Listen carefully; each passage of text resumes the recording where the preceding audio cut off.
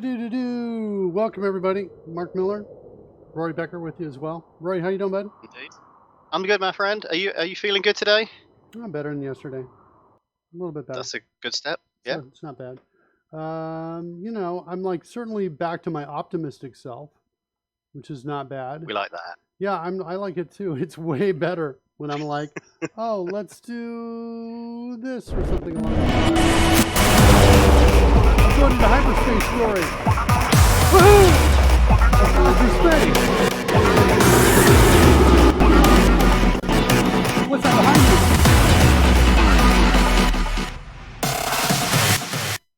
And that's how I get the ladies with my dance moves. Indisputable. Well, maybe just the lady, singular. The engines can take it, Rory. That's right. Welcome, Codebase Alpha. Surly Dev is with us. Surly Dev actually triggered his fanfare before the show started. Wow. It's kind of interesting, right? He is, in some ways, remote control of my machine. This is what his fanfare looks like. Actually, maybe I'll wait till Surly's there. Surly, you with us? Surly?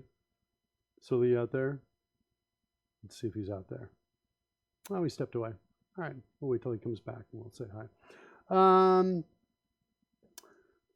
So, how are you doing, Roy? I'm doing good, my friend. I am. Like you yesterday, a little bit of a funk almost. It's like, yeah. But, like you, more optimistic today. Although, that said, we did still get some stuff done yesterday, didn't we? We did. We got a little bit. I remember leaving you, and you were implementing more wild shape by way of a creature property, which then allowed several properties to discover its details and present them instead, or indeed in addition to, the core user's properties. So good stuff was working. Yeah. Let me go. What do I want to do? I wanted to go look at the test cases we created, kind of show you where we ended up. It was not significantly, like it took a while to write a few lines of code. Sure. I wasn't happy about that, I think, in terms of how much progress we were making. Let's see, did we have wild shape tests? Yeah. We had wild. Oftentimes, though, when that's the case, when you don't end up writing much, you do come out of things with maybe better quality than you would otherwise have done. It's easy to just churn code out, but if it isn't, good quality or useful code, no point keeping it anyway at that point. Well, yeah, it was more along the lines of we were spending some time researching, right? We would research the rule. We would figure out how to implement the rule. Surly's with us. Hey, Surly. I don't know if you heard me say this earlier or not, but you triggered your fanfare early before we started the show. Your fanfare, of course. Surly Dev in the house. In the house. Surly's with us. Watch out for Surly Dev. He's here. So triggered it in advance, I think. Let's pay devs on how few lines of code they can write per day. All right. Yeah, it's a difficult argument to have, that one, isn't it? So basically what's going on here is, look, we are testing the wild shape feature of the druid. The druid essentially gets to pick a monster, assume that wild shape, and once that's done, their stats now can change. So like they can now get the strength of the giant badger, for example, the dexterity and the constitution. Their intelligence, their wisdom, and their charisma do not change. So they maintain essentially the brain related features, but gain the body related features of the creature. Yeah. And there's also other features as well. And so basically what we ended up doing is creating some test cases. So this one right here tests the ability scores and bonuses. That one is, I think, passing. This is the skill check one, where we're testing the different, what the mods are. What's the strength mod going to be? What's the skill mod for athletics? And so those mod numbers come back. Those are combined to figure out what the actual, what the overall mod is for the druid. Well, actually, we're grabbing it from right here. What's the skill mod for athletics? So it goes from a 3 to an 8 if they take the giant ape form. So that's what's going on there. And then the senses, we're doing the same thing. Let's go run all these just to see if they're in fact all passing, because I made some changes and I'm not sure I don't recall if I actually had them all passing when I was done. Surly says, I was messing about on my Raspberry Pi and saw you were playing with your drones at the 4:30. Yeah, I do a test before we start. Run through a couple tests. So that's what's going on there.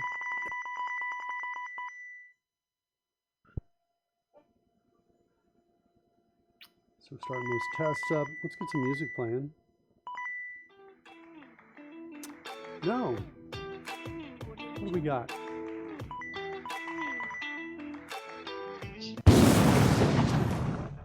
The skill mod athletics is not working here. Whoa, it got a 9 instead of an 8. That's interesting. I wonder if my calculation is wrong. And blindside radius is a 0. Yeah, I remember this one here. This skill mod athletics, though, is super interesting to me. Why it's a 9 and not an 8.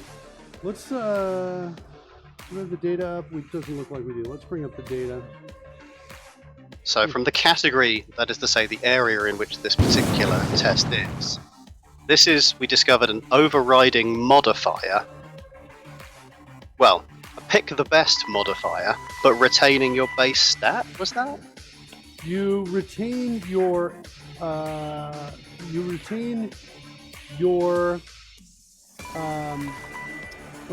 areas of expertise, your skill proficiencies. So that can convey bonuses. It could be that 9 is correct and my 8 here is wrong. We can take a look at that. Let's go first grab out to the monsters. Let's look at, I think it's Giant Ape, right? Giant Ape right there. Let's look at that. Giant Ape. I kind of want to build a monster picker today, I think. I'm getting close to having all of these fields pulled in. I don't have, I'm not sure if I have senses in or not. So let's see here. The Giant Ape, if I have these skill checks, it looks like I'd say plus 9 and plus 4. I wonder if that's added to existing. I think it's replacing the existing. That's just the flat out mod. So I use whatever's the largest of the skill check. Is what I do, I think. So the Giant Ape for athletics, yeah, it should be a 9 actually. It's a 9 right here for athletics. So that should be a 9. The problem here is the test case is wrong. Well, one of our previous, so it is actually the data that we've inserted that's wrong, sorry, rather than our... Yeah, my test case was incorrect. Our expectation was, there you go. Yeah, so I've changed the expectation now. This one, I think I got 0 for the blindside radius. So the question is, why is that the case? Let's go take a look at blindside radius. I made this virtual. This is one of the other things I did, right? So not a lot of changes not a lot of new code was written after you left. It was a lot of minor modifications. So blindside radius is virtual here. Tap the next reference. This, by the way, is some cool logic in here. Does it have a sense? So we basically check a certain sense, and is, for example, blindside. Well, if my blindside radius is greater than 0, and I don't have the blinded condition, right? Some really handy logic in there. Yes. At least I like it. Test cases are using that. Can be affected by, so questions about will a particular attack do damage or not. Wait, I lost my blindside radius tab to next reference. That's what I wanted to keep going on to. I was looking for,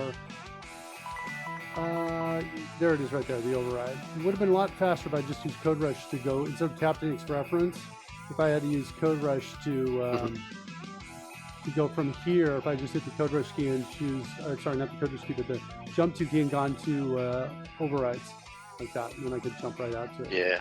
So kind of training myself on that. So if wild shape is not null, then we go to the wild shape blindside radius. So I'm expecting us to hit. Sounds here. good. Maybe that's not being assigned.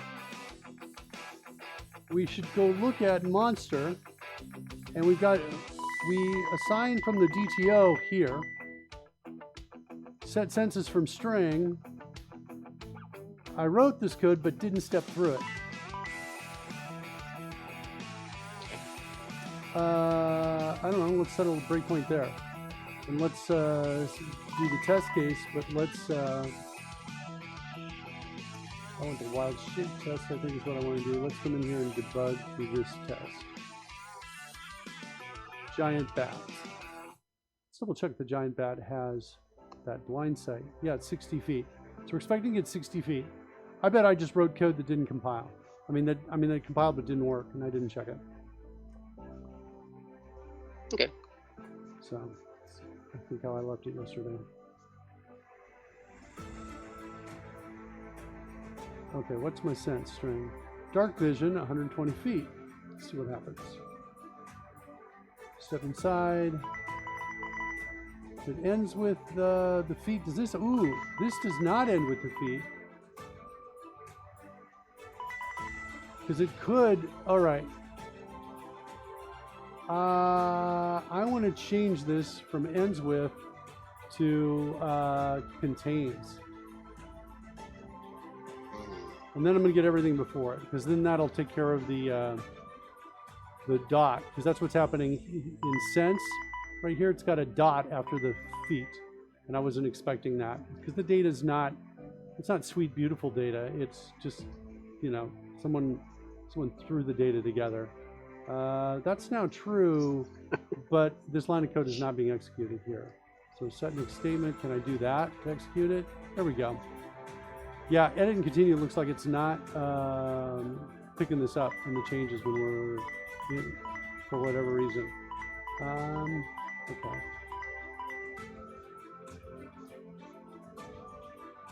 All right, so what, I just want to get something interesting here.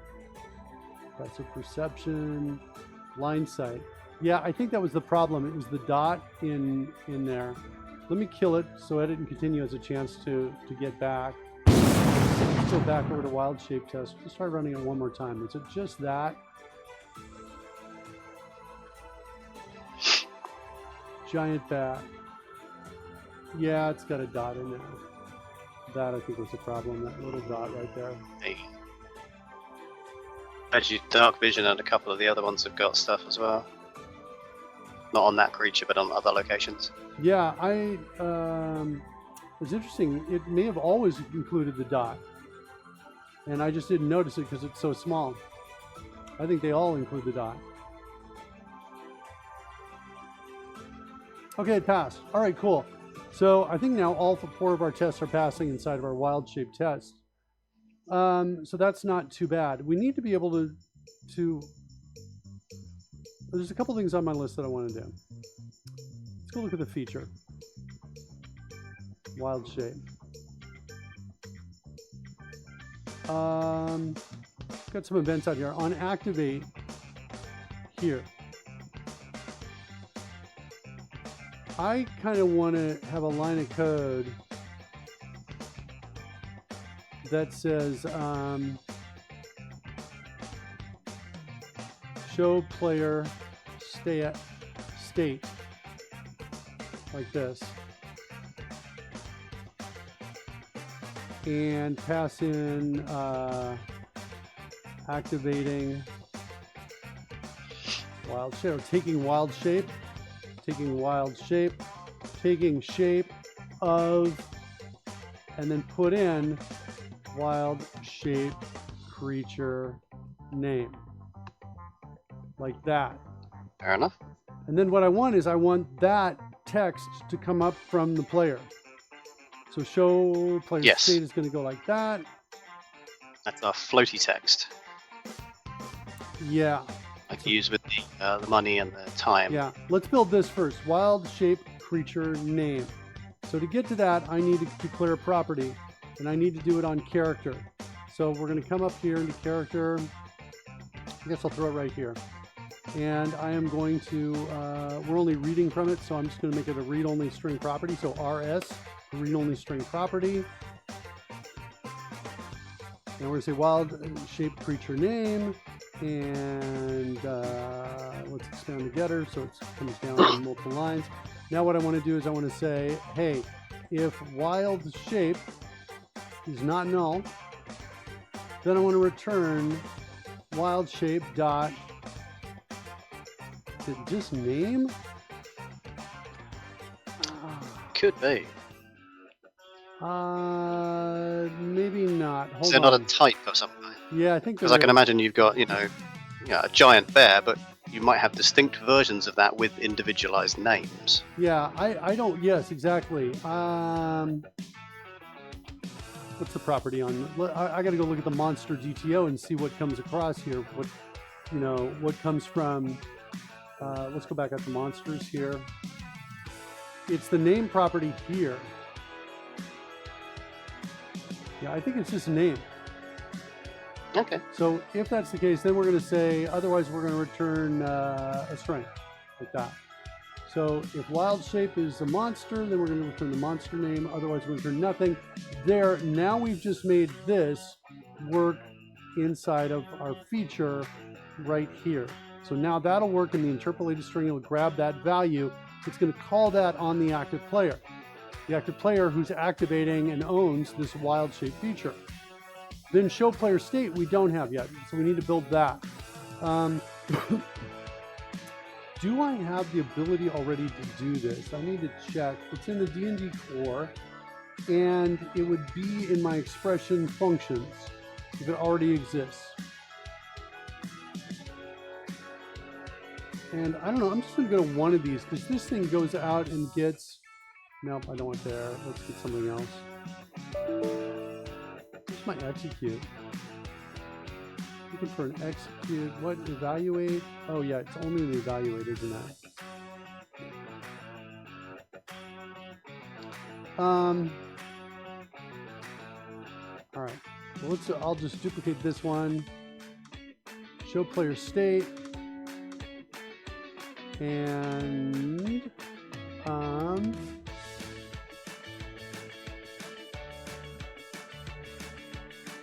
we've typed a file. Now this is low level.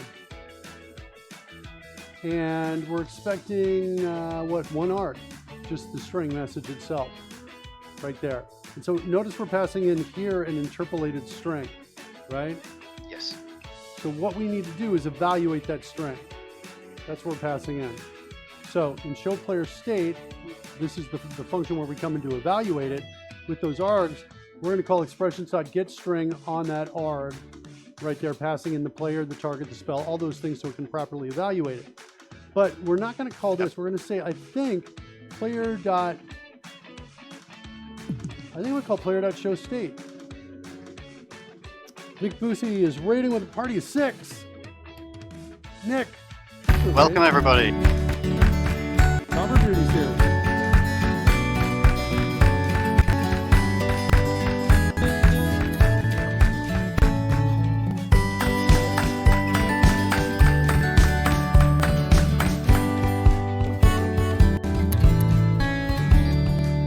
Community is in the house. So I'm going to create an event called showState, or create a method on player called showState. That's what I'm going to do. We pass it a string. And do I want to pass in color? Airplane. Good. I think I want to pass in color too. So I'm going to say the args are going to be between 1 and 3. Instead of just saying it's 1 arg, it's going to be between 1 and 3 args. And then I want to check to see if args.count is greater than 1. Then we're going to say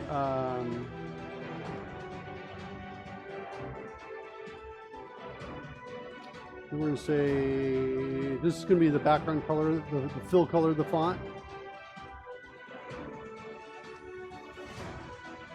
Let's do this. Let's say fill color is equal to player. Like that. And I don't have an outline color associated with the player. Let's just say outline color is equal to maybe black. All right, and then we're going to add fill color and outline color here.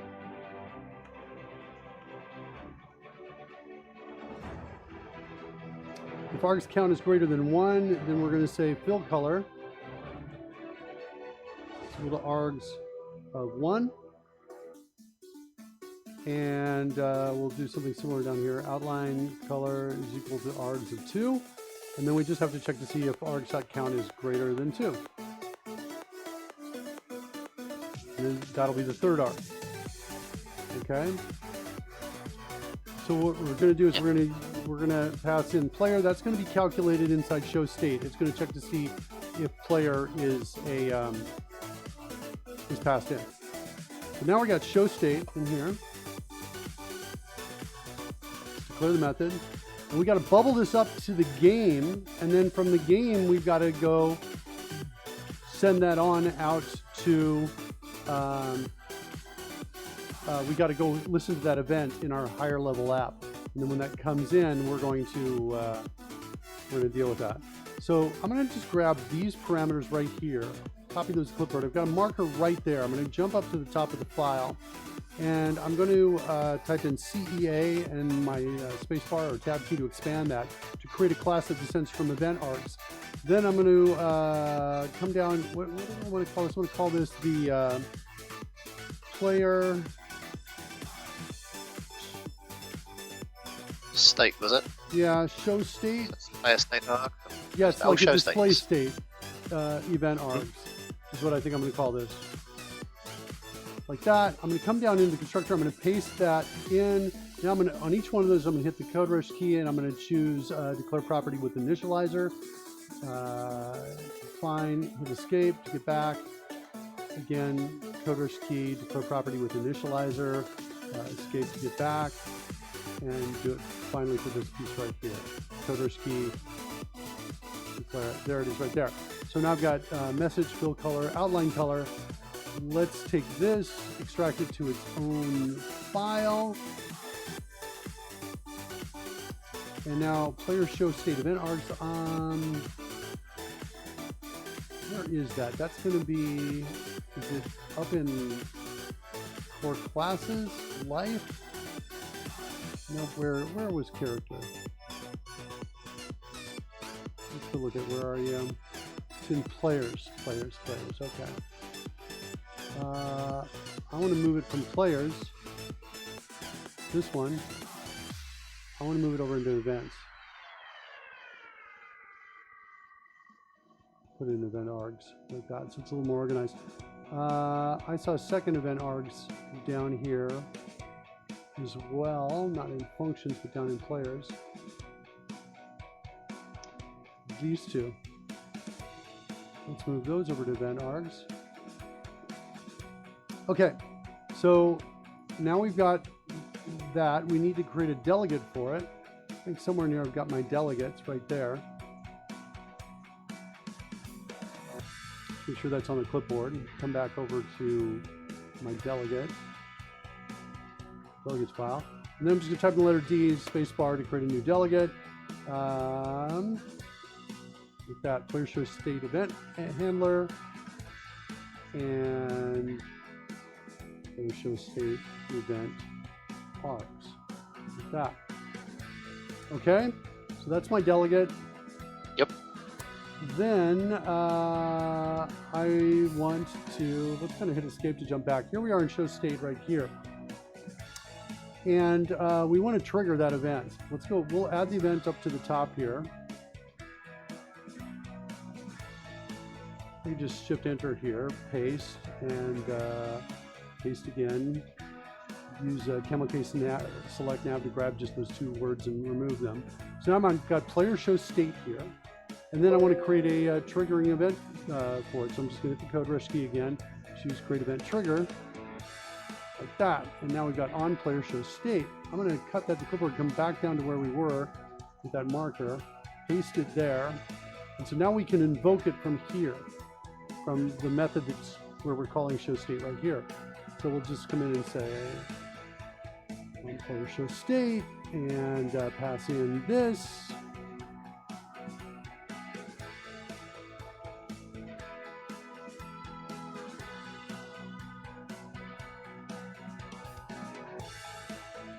Yeah, I'm just thinking about the sender. What's the sender going to do? So new player show state event args, and we're just going to pass in message, fill color, and outline color.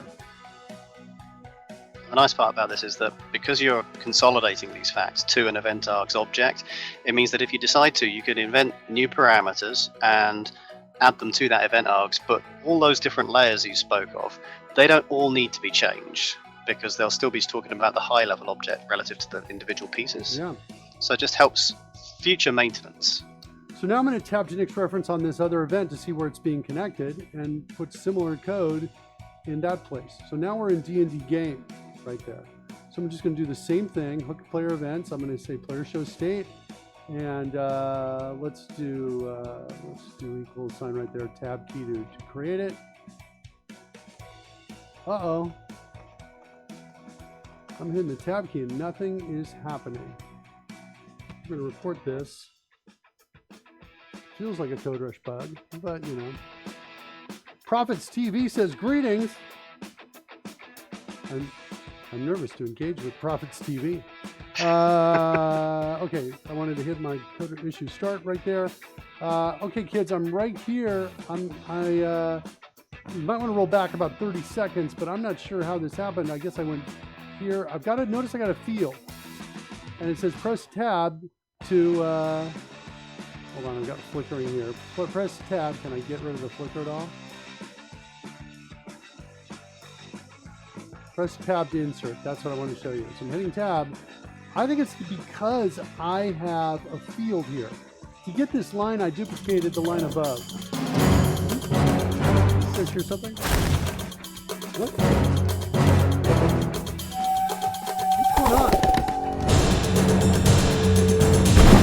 Whoa! It's Wicked Blue Ninja! Surprise me again, Wicked Blue Ninja! Using delegates rather than events for a particular reason. I think you mean generic events, my friend. Is that what you're talking about? If so, because, you know, I just like them. That's all. That's my particular reason. I think the problem is this. Here's what I think the problem is. I've got player show state, which is the new event, on the clipboard. I duplicate this line using Shift Enter. I paste right here, hit Enter, delete this, come back, type in the equals. Oh, but now I don't have the field. And now I can hit tab. Did the first time. I did have the field. I think the Code Rush field, text field, was interfering with that feature to generate and create a new event. That's what I think is the problem. So let's close up the issue here, and let me document that. Code Rush text field interfering with VS tab to generate event handler. All right, let's log that. All right, because you're defining them outside of a class, so maybe I'm not understanding what you're suggesting, Codebase Alpha, as an alternative to the delegates. When we're saying delegates, just so we're clear, I'm talking about this file right here with these declared delegates here, which are basically just saying, here's what I'm expecting the signature to look like. Wicked Blue Ninja snuck in. Yeah, that's right. Using the event keyword rather than the delegate keyword. I want to be able to hook it up. I'm not familiar with the way of using the delegate keyword to create events. Can you give me a link of something so I can, so I know what you're talking about? Because I think it's just, it's probably just lack of familiarity with something. It's probably what it is. Okay, so there's my event, player show state, and I think I'm about to learn something, Roy. Yeah, and it was good. And here's my event handler for it in the D&D game. And what's my event handler for pick ammunition? I think we're just gonna, we just keep bubbling it up. Okay, we're gonna do that. So let's do the same thing. I'm gonna grab that, and we're gonna put this up in game as well.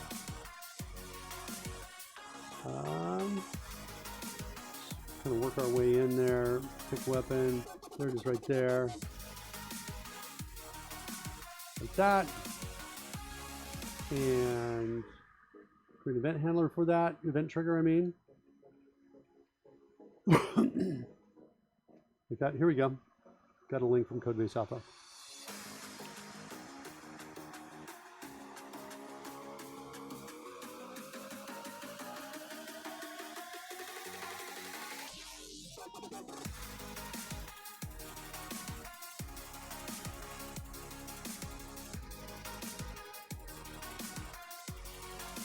So there's a list of comparisons here. I'm just scrolling through. I think you're looking at the same list.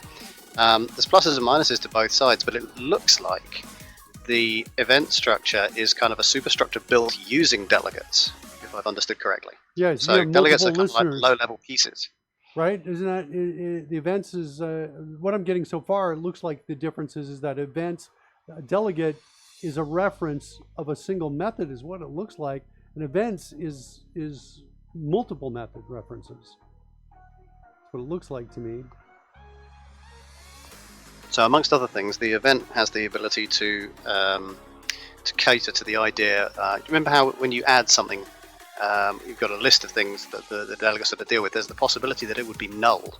Yes. And this is not apparently a possibility with events because it caters to that fact, effectively has that built in. But at the same time, because it is higher level, there are some low-level things that it doesn't do. So again, one side or the other can be useful. I guess you could build events using delegates, but not the other way around. Oh, it does support, delegates do support multicasting. So what I initially concluded is incorrect. It looks like they both do support that.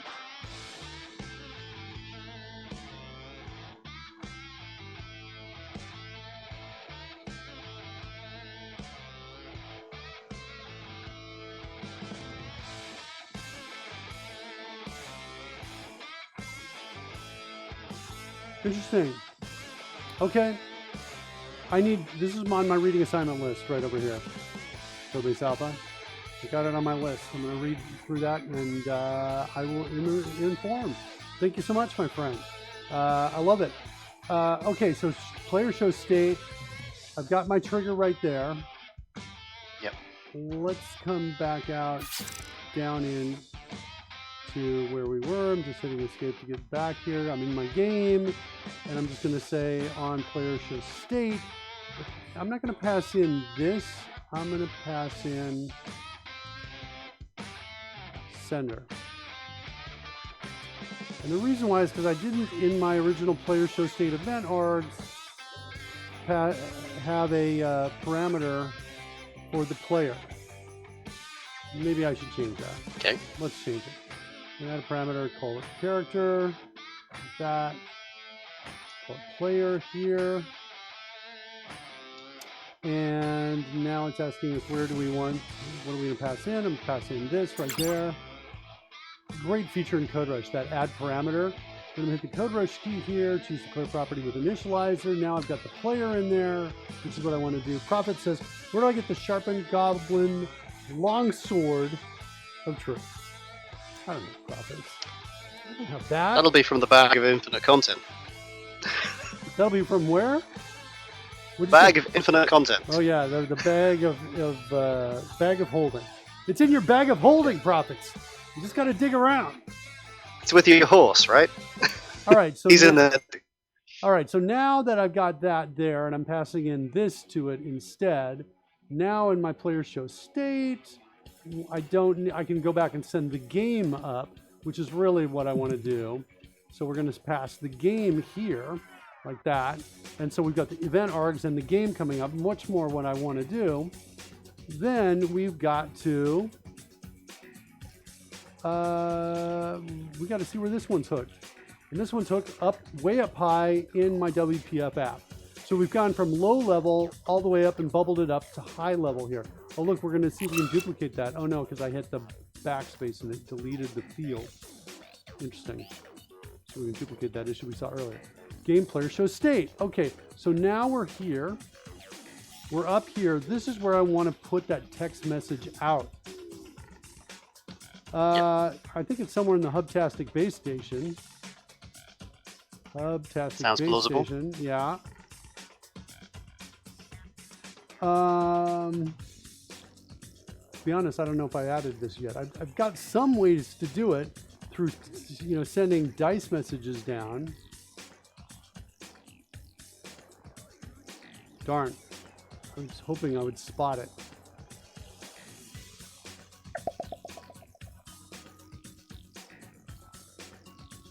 How the heck am I doing it in other places? Kubrick's Alpha says, wait. Tunes are on point. Hope you guys are well. Thank you. Tunes are on point.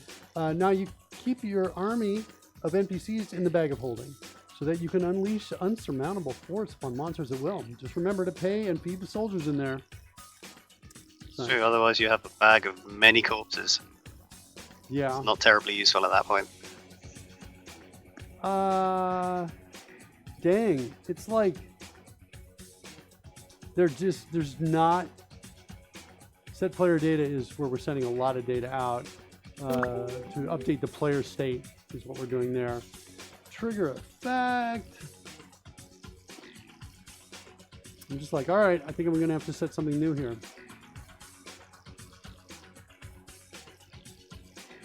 That's what I think I'm gonna have to do. All right, fine. We're gonna call something new. Well, this will be a good demonstration of exactly what's necessary to achieve this then. Fine. Roy can find a positive out of any situation at all. So we want to say, I think when we talk down low, well, let's spin up a new instance of Visual Studio here. Because we've got the other app that takes care of the overlays that we're doing all the talking to. We have to do some Signal R in here. We're going to have to restart. So this is actually a good time to go over, roughly speaking at least, what is our architectural way of doing things. I mean, we've got very specific, very low-level classes that are handling the Dungeons and Dragons in concert with the data, which we're now pulling out of Google Sheets. So then that's fairly good. We've got some results. And as we saw now, we're bubbling up some of those results into, at this point, a WPF app, which is then going to need to communicate the results out into the wider world. And now the wider world in this particular case is a running web app which is being broadcast in tandem with Mark's image whilst doing live D&D. Okay? And so in order to communicate between the WPF app and this overlay, we have some Signal R, and that's running as a server. So we are now going to use our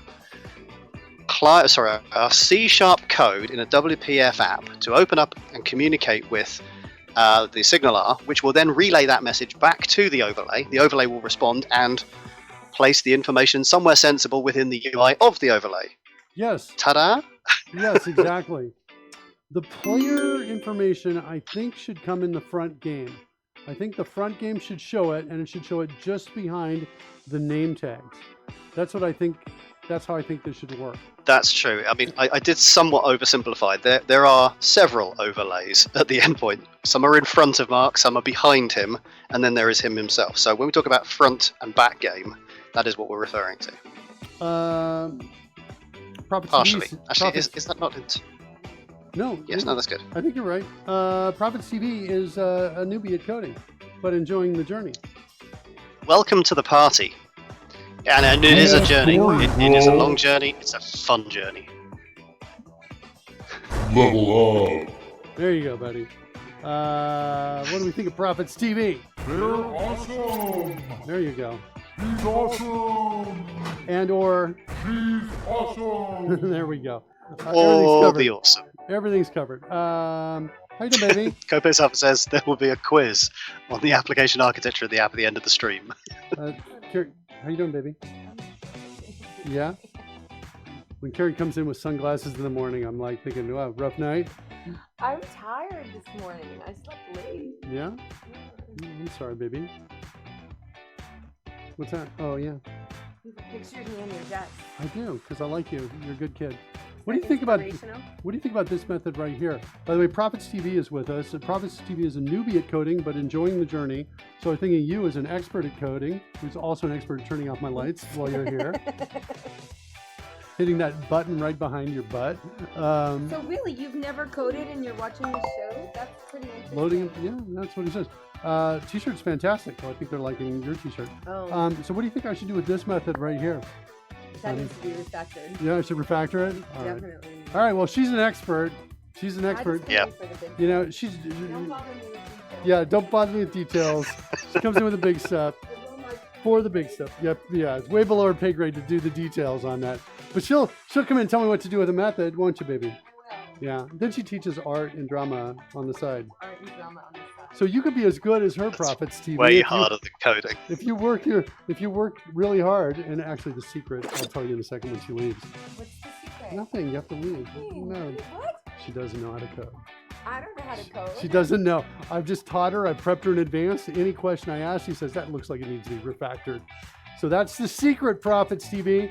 That's how you become a big developer. Do you know how to teach art and drama? Yeah, I do. Those classes need to be refactored. I can say it anywhere and I'll be okay. Yeah, Stones. Yeah, I like the Stones t-shirt. She's like, get the basics in peasant, call me forth when you have something worthy. Yes, that's right. That's what she's like. I know that peasant is my pet name for you. Frank is with us. Hey, for a second I read the title, Implementing Tests like in a Unit Test. Shh, that's my secret too, so it's Codebase Alpha. You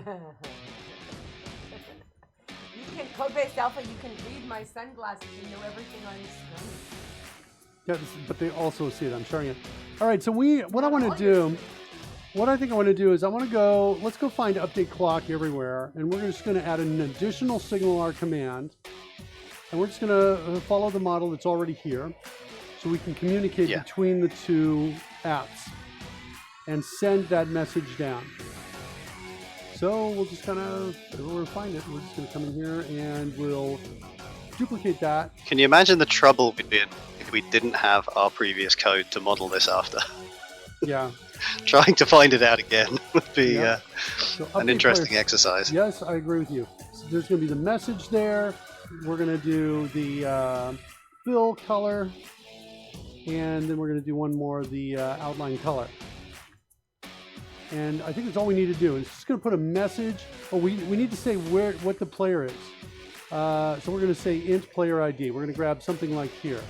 So because down below, it knows where all the players are. So we'll pick the ID, it'll find out the X position, and then it'll put up the text message in front of the player. So that's kind of what we're doing there for that. So we've got that. We've got it here. And over here, there's a transfer of information to all the clients. We'll do the same thing here.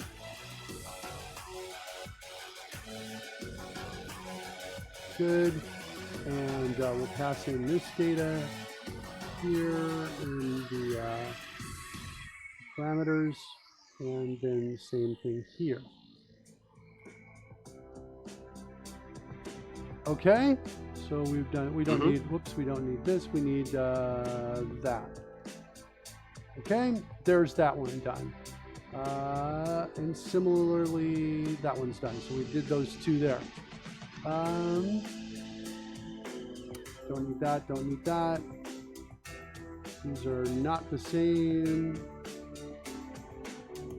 Here's the function to actually do that.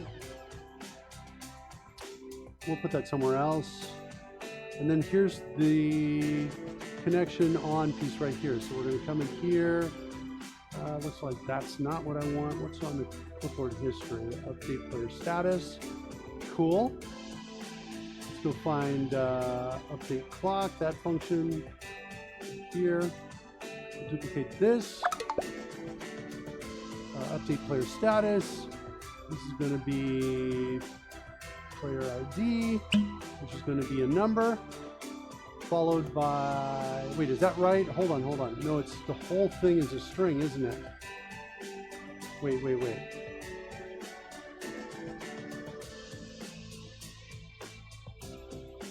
Am I always getting strings in every single one of these? No, I'm not. So I can specify the parameters that match it.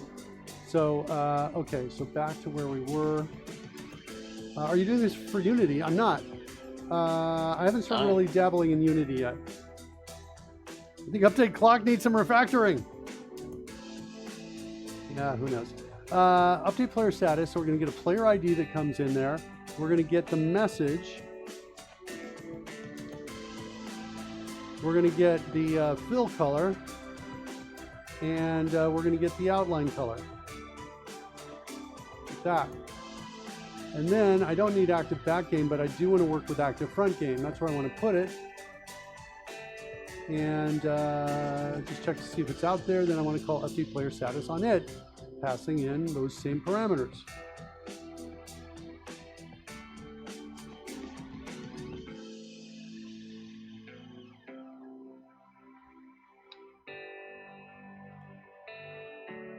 Okay, let's declare that. So structurally, I feel like we're close to done on this. What? Why didn't that work? Yeah. It's weird. It didn't get it. Declare. Oh, I chose declare method, update player status. Interesting. It said it couldn't find it, and then but it had actually put it in. Okay. Dragon front game. Still in it. My eyes are right up here, showing me I'm still in Dragon Front Game class. Update player status. Next, we need to figure out how to do this. There's, I think, text effects somewhere in here. Normally, I would just, like, you know, set a console log message here. Yeah. But I'm going to... here we go. Add floating player text. I've already got it.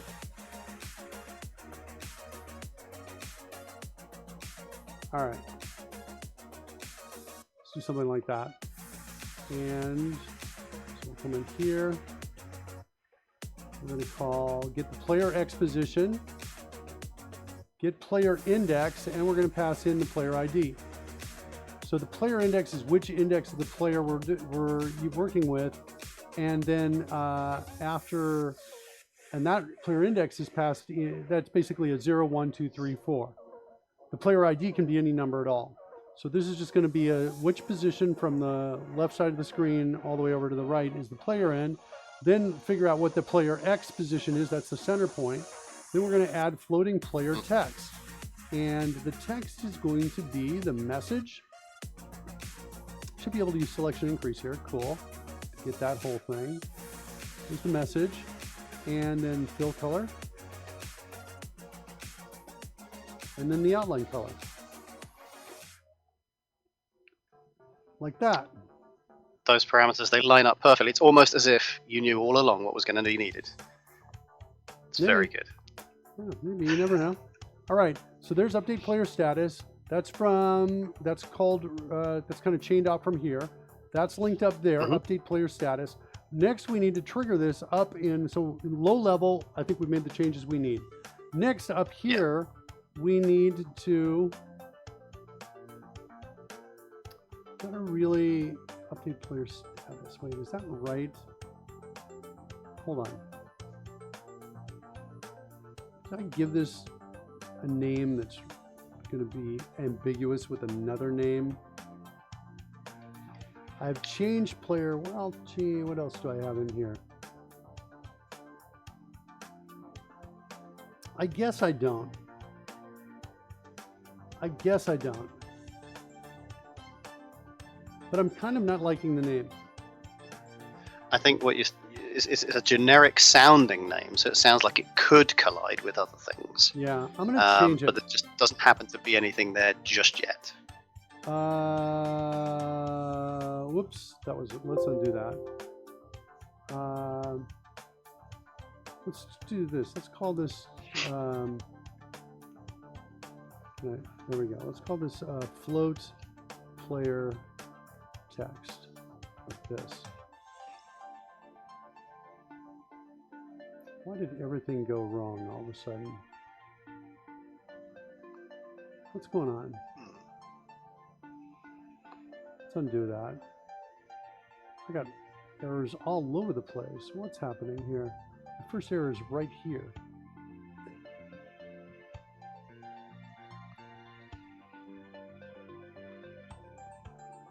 Wait.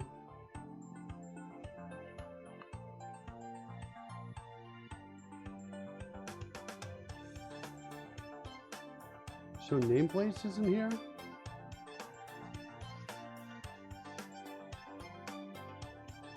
feel like some corruption occurred.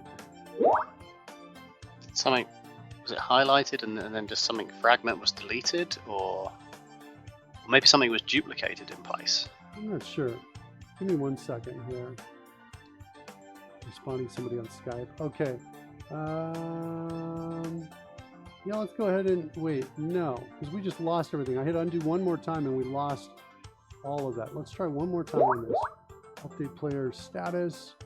One more time. We want to call this float.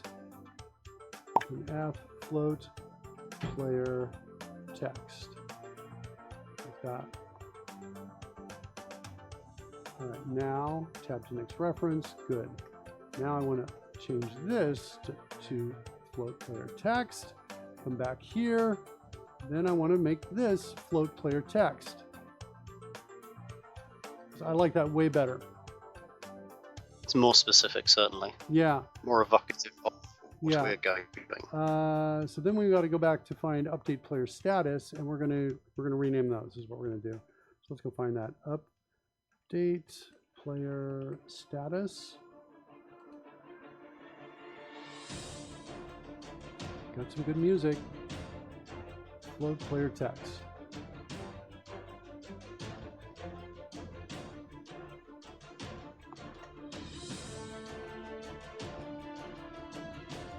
Float player text. Better. Better. Much better name. Okay. Looks like we've got all those taken care of. Is there a refresh button down here to redo the search? I've F5? never come across. I hit F5, but I think it's just going to run it. Is what it's doing here. Build, cancel. Yeah. I was thinking F5 for refresh might work down here if I don't give it focus. I don't see it. Interesting. Okay. I just want to do it one more time to make sure we were good.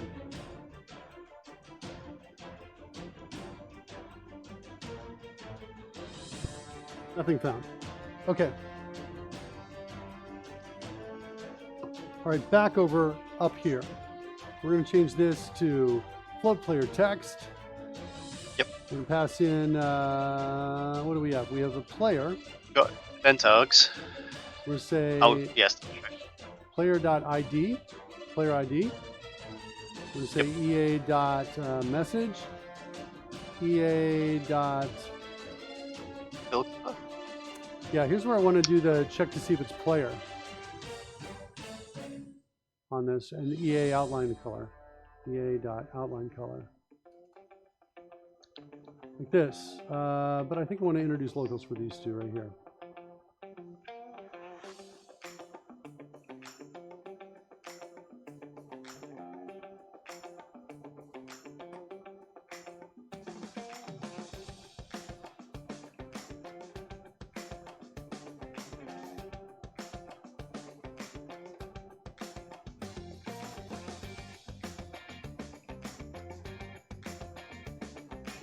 All right, and then I think we want something like this. Hey, look, if fill color is equal to player, like that, then fill color is equal to ea.player.hue. What do we got? We got a hue shift. We have a player color. Oh wait, we have this down below. Maybe we should do this down below. Because I think down below we've already got, let me look for this here. Let's do a search down below for player in, let's try single quotes for now. Do we have any single quotes? It's not quite the one I wanted. This is in dice layer.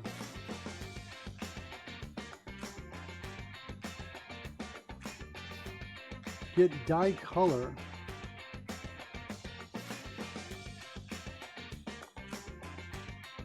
Here we go. Dice layer dot get die color. Player dot die back color, and I got a die front color too. Hold on. I don't by chance have those here, do I?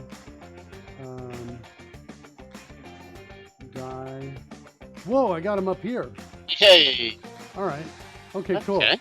So then I'm going to do it here. And I'll make the change here. So I'm going to say if outline color equals player. Then I'm going to say outline color. Yeah, that makes sense. It's coming back to me now. Is equal to die. We're going to switch it around here. So the main color of the die when you roll it is the die back color. So that's going to be our fill because that's the main color of the text. So the outline color is actually going to be the font color. So we're going to say the outline color is equal to the font color like that. And then I want to do something similar for the fill color here. Fill color is equal to the player. Then fill color is equal to the die background color. Good. Good. All right, nice. Good. So now that also means then back inside of our spreadsheet here, I think I want to pass in 2 more parameters to show player state, and it's going to be player and player. And hold on, show player state, I think I want to rename it now. Let's go all the way back. Because we got that better name. Yeah. Float player text. I'm just tabbing the next reference, finding my way down, all the way down here.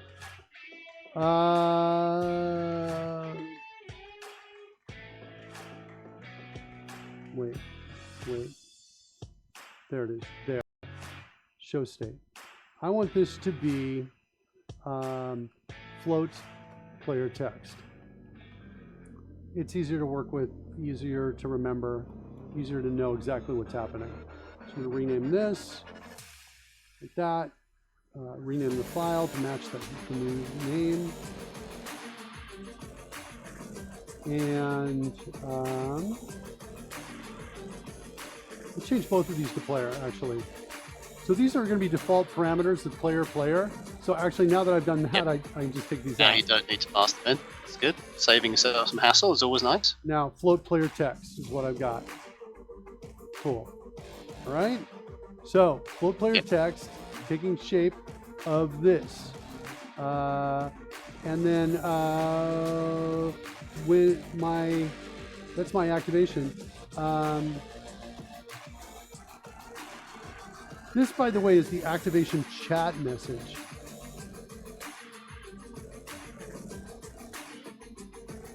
Right here. So this is the activation. This activation message, this message appears in the chat. That's what's happening there. On deactivate, I think I want to do something similar.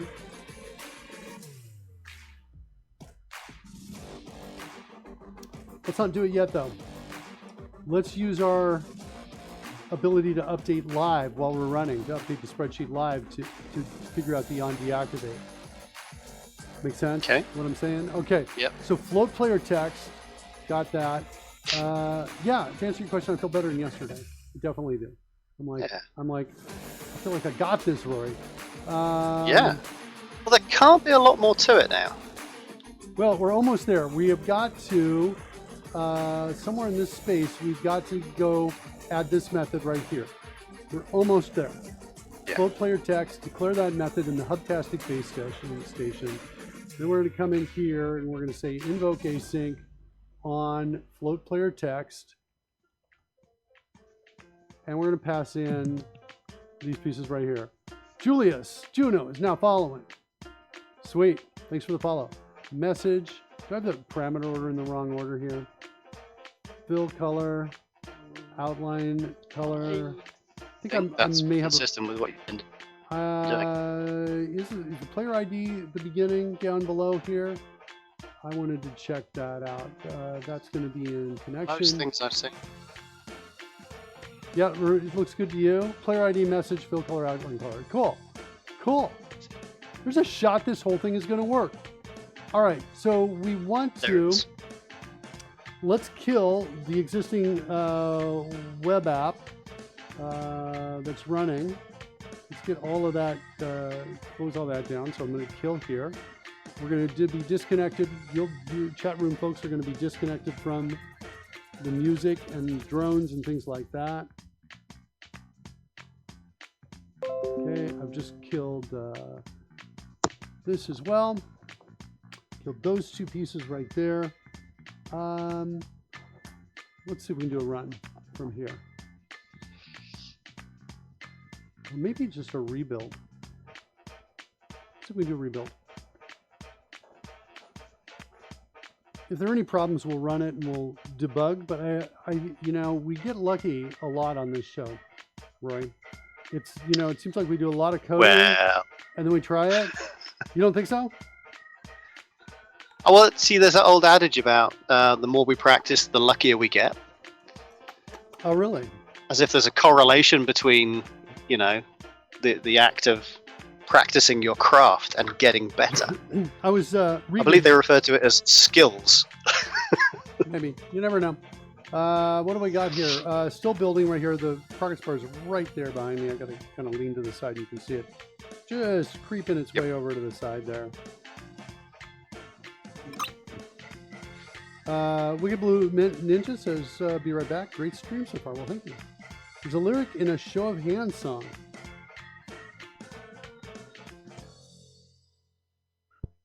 I read a still building over there. I read a oh, you know what? I bet it's taking so long because it's being blocked by Chrome. Let me Okay. I think we're gonna, oh no, wait. Rebuild all succeeded. It's done. Okay, so let's start him up. I'm going to start up Mr. Announcer Bucket again. Here it comes. And I'm going to start up the Overlay Manager. Here it comes. Mr. Announcer Bot greets you. Good day. Good day, sir. I'm going to now start refreshing the browser sources inside of OBS. There's one. Get the drone game. We'll refresh that.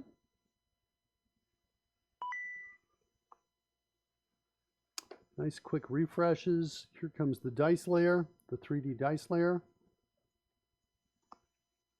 Refreshing. That's refreshed. And the Dragon Front overlay. Refresh that. Okay. Let's see if we can get the music back. Should be able to. There comes the music. Next, I want to go over to my D&D app. Let's run it.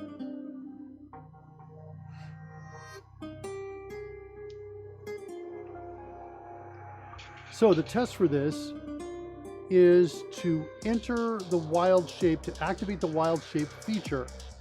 And in doing so, we should see the text float up above the character who did that. And it'll be in the right color. And I will just be like, boom! You see that, kids? Of course, if it doesn't happen, we better get our total success game faces on. Yeah, we'll get our comeuppance if it fails. Uh-oh. What's going on here? Could not copy. Do I have it running? Sorry, kids, I have it running. Is that already. the Chrome thing? No, it's just it was already running. It couldn't replace it. No worries.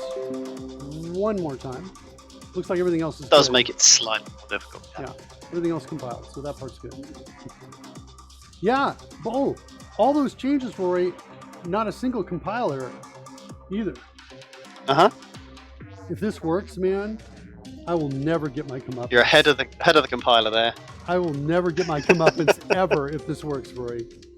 If this works first time, bam! I better turn down my mic because I'm going to be screaming loud if this works. All right, so here we are. Let's initialize our player data.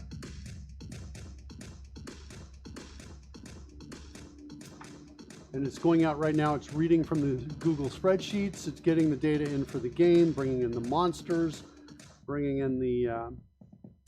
actually, it may not be bringing in the monsters. It does that load on demand. Although it is seemingly taking a long time now. Interesting. Oh, no, there we go. Okay, it just finished. That's interesting. Okay, so now we're going to go over to Cornelia. She's got wild shape. We're going to click on Take Wild Shape. Oh, I'm scared. Breakpoint. Okay, that's good. That's good. Oh, this name of we need to rename the event. Thanks, Roy. All right, so we're coming in here. Yes. Okay, yes. Float player text. What's going to happen? Oh, look at that. Not bad. There we go. Not bad. We don't have a... That's not bad at all. We don't have a creature in there yet. No. Did Then you we see weren't that, Rory? specifically... I mean, that was nice, wasn't it? Let me just turn down my mic. Did you see that, Rory? I did. Oh my God. I did. That was amazing. That was like... No comeuppance anywhere in sight, my that friend. was None 30 of it. minutes of coding. Not a I'm single looking around here. compiler. I see no comeuppance. And it all works. We were in freaking Google Sheets. We were up and down in TypeScript and C# all over the place. Yep. Ooh, kids. Yeah, we get lucky on this show. All right, so next we need to do a monster picker. Yeah, this is how I like to code, by the way, right? Code, test, everything works. All right, now we're on to the next thing. This wasn't happening yesterday, by the way. Yesterday, It's not. we were having a code was smacking the heck out of me day. That's what was happening yesterday. Today, good day though. All right, next we need to create a Mark is monster. back. I'm back, kids. All right, we need to create a monster picker, Rory. We got some Yes. data.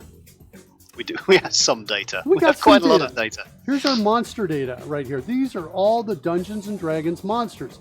I don't know where I found it. I got it somewhere online.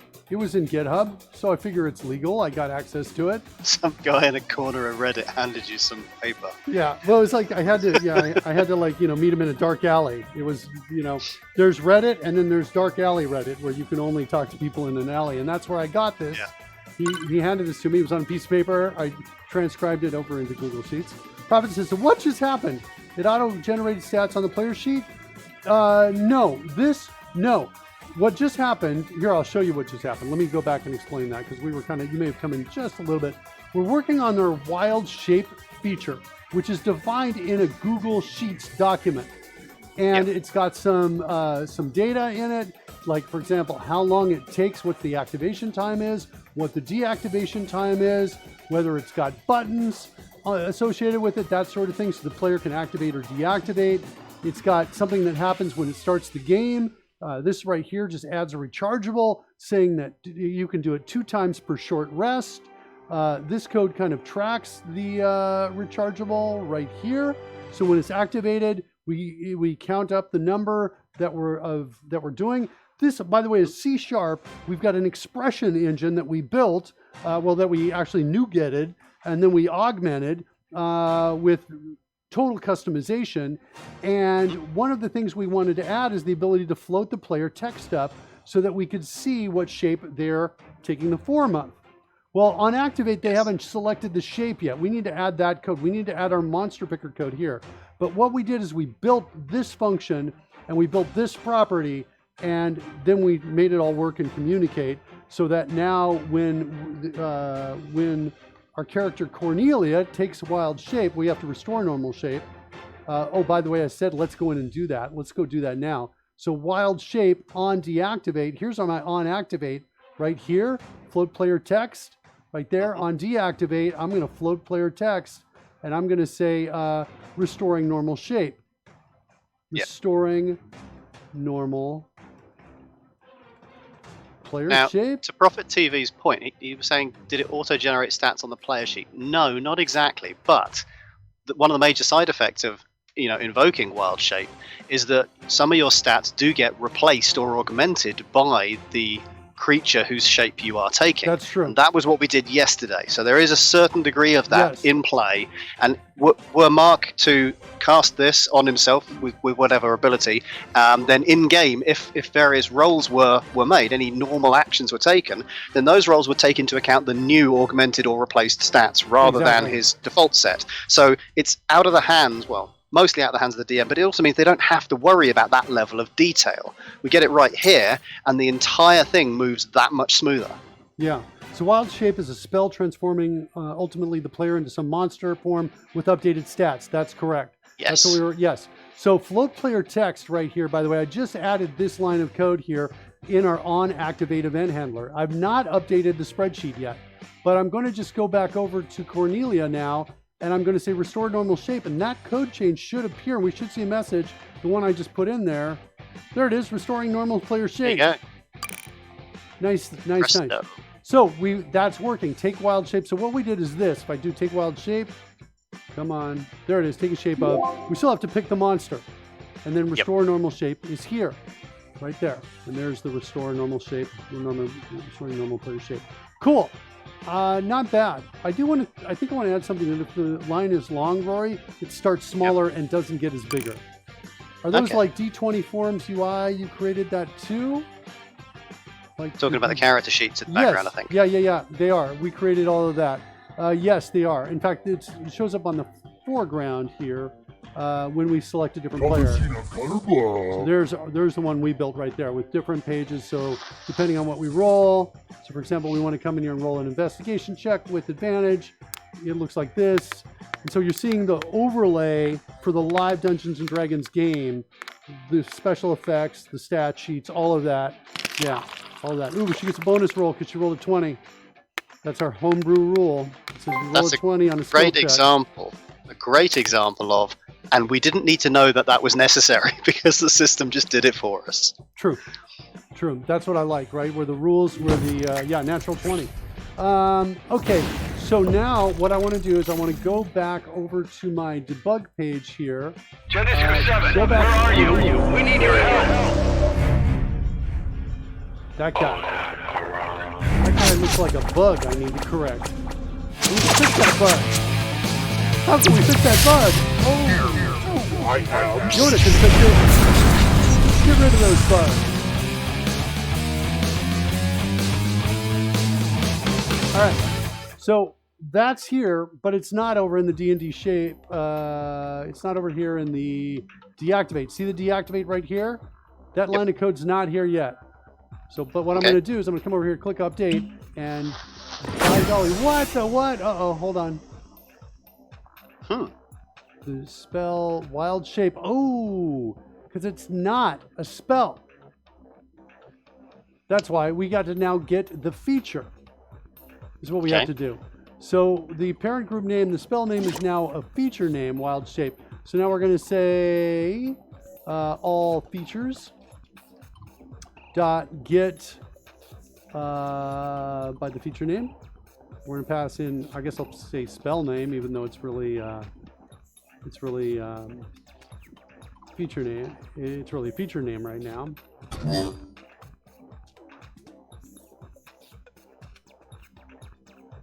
This is super cool. We're about to make a call to something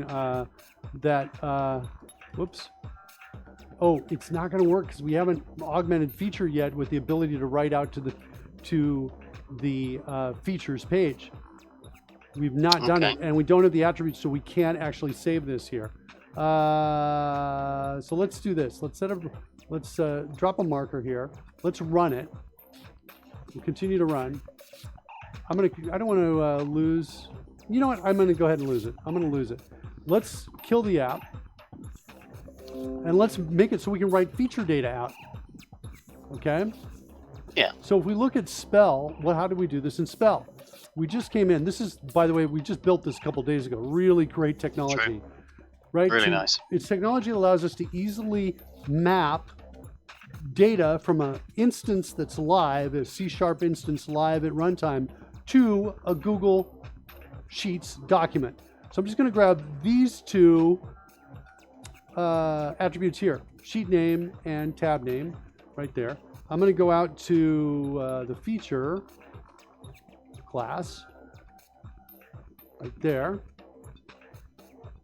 And I'm going to give it those same two, but I'm going to change tab name to, I think it's called features. Like that. Let's double check that. Yep, features is right down there. You can kind of see it right there. There it is right there.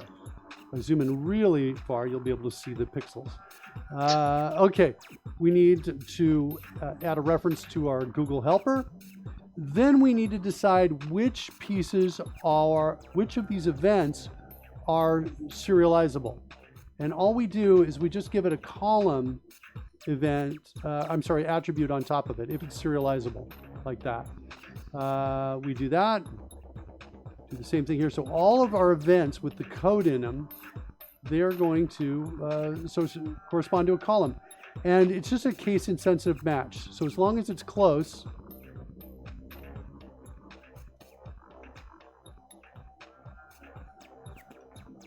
it's going to, as long as it's a case-insensitive match, it'll work. And I think all of these are case-insensitive matches here.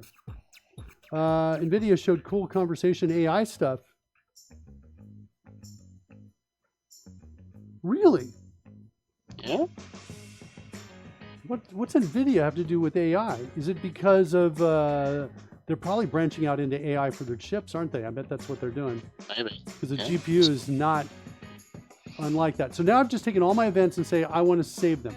The last thing I need to do is I need to give them an indexer, which is going to be on the name property right here.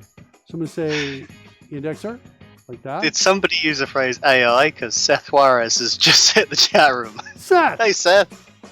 Seth! How you doing, my friend? Seth, how you doing? I need advice, Seth. I need a massive machine. I need a machine with GPU, like, loaded. I'm like trying to figure out the best machine, and I'm like looking. I bet you might have some thoughts on that. It's not me. It's an AI Seth. Oh, okay. Well, that's cool. All right, Seth Juarez.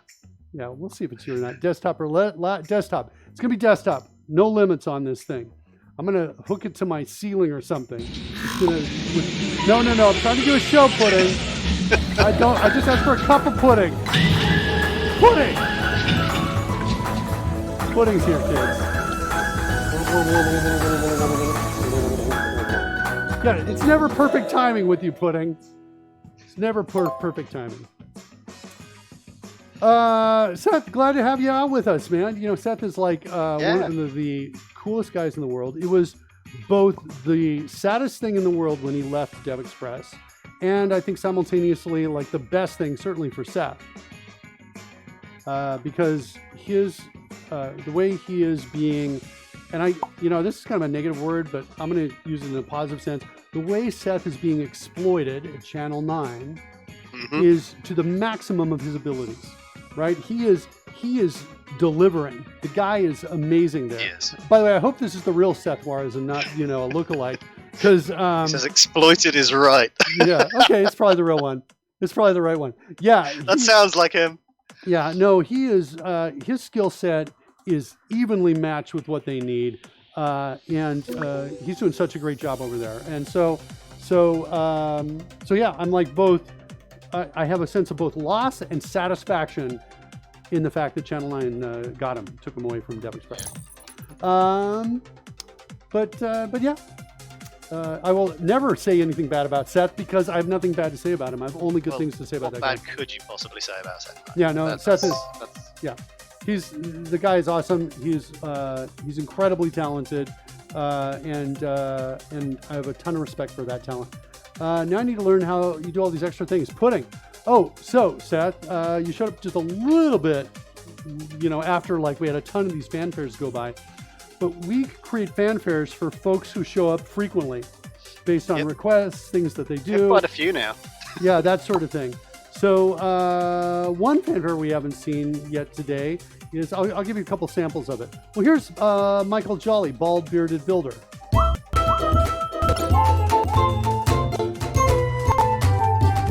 Michael Jolly is in a house. Oh, no, you're too close. You gotta go. That's an example. And so when Michael comes in and says something in the chat room, we switch to that scene automatically. That's just something we built there. Wicked Blue Ninja showed up earlier. I'll show it again because I love it. It's one of my favorites. It goes like this.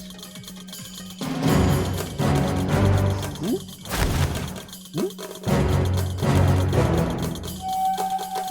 guys see something? Whoa! Wicked Blue Ninja. Snuck up on me again. Pyrocat. Oh, sure. Here comes Pyrocat. So when Pyrocat comes in, says something in the chat room, it goes like this. Oh, look, it's a little kitty. Oh, look out, kitty. Bad guy, kitty. Oh, no. Oh, look out, kitty. It's going to be out of here. Oh, no. Look over there, kitty. Get him.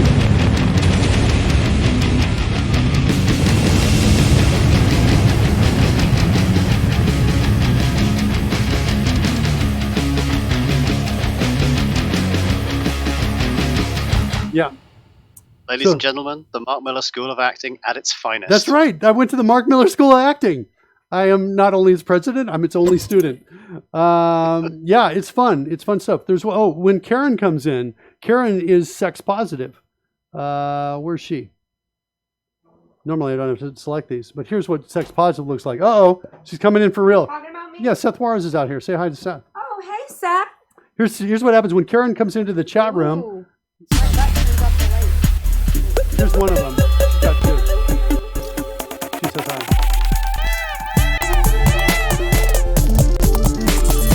Intoxicating. Sex positive. Is in the house. Seth Juarez says, hey. So that's kind of what's going on. A lot of crazy stuff like that. So, so yeah, we've just, as people come in, we just create fanfares. So it's kind of fun when people come You in. don't have a Seth Juarez fanfare? No, but I do have one for C# Fritz. You want to see that one? Mhm. That's kind of fun. Where's that? Oh, I think I've seen it. Yeah, I think, but Seth has not seen it. Where's my C# Fritz one? Normally I'm not, there it is right here.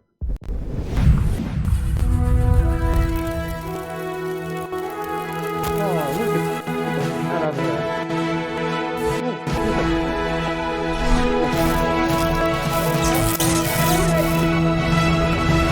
Stop six. There he is, C# Fritz. Can you give me my light back on? Okay. Okay, that light is just at Karen's butt level. It is. All right. So anyway, that's a little bit about what we're doing. That's what's kind of the fun stuff that's going on here. Is that really Seth Juarez or Sarah Chips pretending to be him? This tour is so easily confused. Play the one for Codebase Alpha. Yeah, that's fun. Here's Codebase Alpha. We'll do that. Since we're just playing Codebase Alpha. Codebase Alpha is usually on.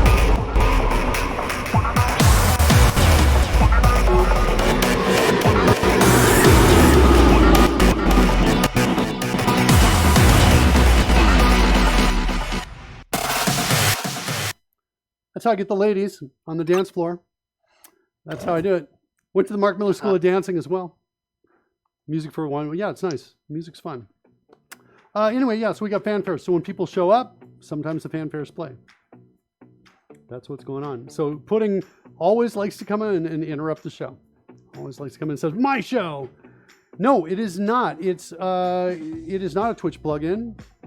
It is a... it's an OBS. It's loaded up as part of an overlay that's getting that's able to change. It's listening to the chat, so there's actually a Twitch plugin aspect of it. So it's listening to the chat messages. It identifies when somebody comes in for the first time, checks to see if there's a fanfare for them.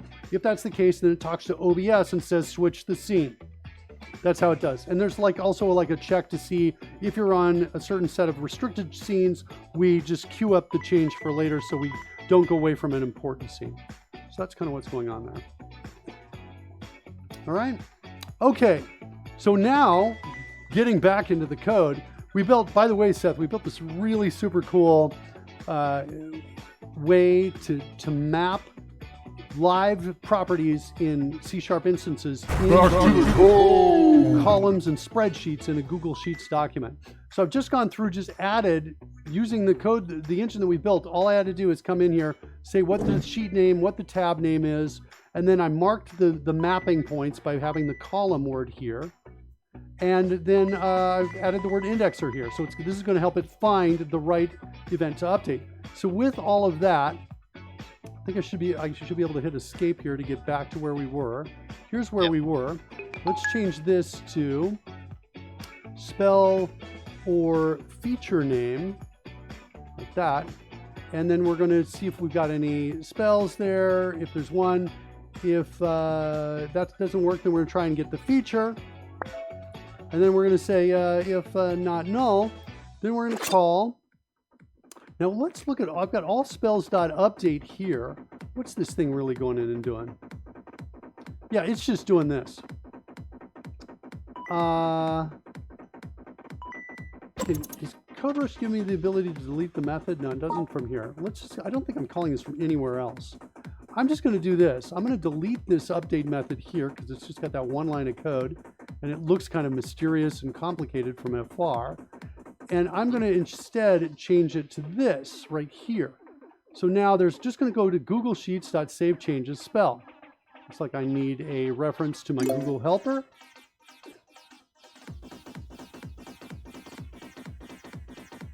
Yeah, we're going to have Roy Becker Coder's digital puppet.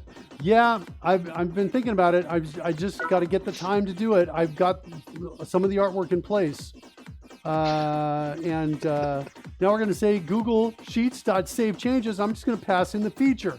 That's how freaking crazy simple this is, right? And so let's do that. We'll set a breakpoint, I don't know, here. And let's indent that right there. That's it. We just made a couple changes, and now before this, the feature wasn't even something we could save or we could save out to the or even read from the Google Sheets. What we're doing right now is we're reading from the Google Sheets into a data transfer object, and then going from the data transfer object, conditioning the data into the live feature instance. That's what we're doing to bring the data in. But we could change that to read directly from it. We just haven't done that yet. Because we started with a CSV NuGet package, and we were loading all the data from CSV. Now we're loading. It's a read-only facility at that point. Yeah, now we're loading it directly in. I think I can just hit initialize player data now. That's going to go out, and it's going to read from all the spreadsheets out here, get all the data. So our goal is to take the wild shape feature, edit the deactivate event handler code inside of our app. So here we go. Switch to over to Cornelia, and then we're going to take wild shape, and we should see the message there. There's no character name or no monster name yet because we don't have our monster picker. Now I'm going to go over to debug, and this is going to allow me to click on wild shape, get the on deactivate. Here's the on activate. I'm just going to copy this line of code, float player text. On deactivate, I'm going to, by the way, when I deactivate it now, nothing happens. Restore normal shape, nothing happens. Take wild shape, message comes up. Now I want to go over to the debug side of things. I want to add that line of code right here, and we're going to say restoring normal shape.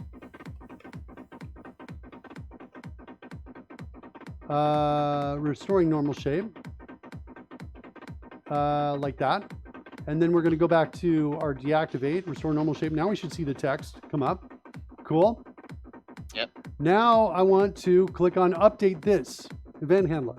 And this should update this cell right here. That's what we're looking for. Let's see, is it going to work? So we're going to grab the feature. That's good. And then we're going to say call save changes. Dare we step into it, or should we just try it? I'm just going to try it. It's just going to run. Let's see what happens. Yep, look at that. Updated. Added that bit of code right there. That's it. Excellent. Not bad. And because, we only updated one cell, because we added code to intelligently compare and only update the codes that are the cells that have changed, it's really sweetly compatible with Google's multi-user way of interacting with this. So if other people were on it, we tested this yesterday, I think. Yeah, the application itself becomes just another user. Yeah, exactly. The application is now another user. We've now saved that data out, so that part is cool. The other thing that's super significant about this, right, is all we did is add attributes to an existing class and then simply said to take that instance and say save changes. It then goes to the instance, figure out what sheet it's in, what tab it's in, finds the indexer, goes through, and the indexer is just like the name property, so it finds that unique element in there, so it finds wild shape. Then it grabs the column, goes and checks it, looks at all the columns, all of the properties marked with column using reflection, finds the pieces that are different. It's a really fun engine. The only thing it doesn't do is add new items. But I was thinking about that, Rory. Remember you pointed this out yesterday? It doesn't add new items. In other words, it only updates existing ones. But I was thinking, it's really not that hard. We can just go through. If we don't find it, add a new entry, and we're essentially done. So we can do that. Good. It's another great example, really, of a data-centric functionality. In this case, the data is not, this particular layer of data isn't in the sheet, although the data that we end up saving will be. This data is the attributes against the model, in this case, indicating which pieces that we care about. and only indicating that, really, because the specifics of where in the which column it should save in are derived directly from the name of the model as well. So that form of data, again, just feeding back into it. So as long as we keep things named consistently, it'll be just so easy for this stuff to continue expanding. Yeah. How about this? The fanfare spawns the Rory avatar. When Rory comes in, oh, Seth's got some build work to do. Cool. Actually, speaking of that, I have to go as well, I'm afraid, Mark. It's reached that time of the day, and indeed of the week at this point. All right, buddy. We've shot through time this week, haven't we? Yeah, well, I appreciate you being with us. We'll see you Pleasure, my friend. Tuesday next week. Tuesday, yeah. We'll see you then. Thanks so much, Rory. Okay, bud. Bye-bye. So we'll see Rory on Tuesday. I will be back here tomorrow as well. I think I'm going to keep going for at least a little bit. Yeah, come save the day again soon. Bye-bye, Rory. I want to build a monster picker is what I want to build next. And I have this monster data right here.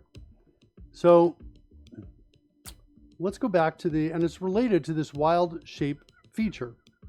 What I want to have is some code in here. When it's activated, I want something like this that says, hey,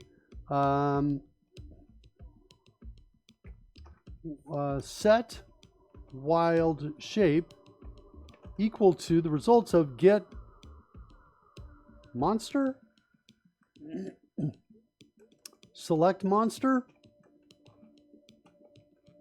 like that. And I ultimately want to be able to pass fields to select monster.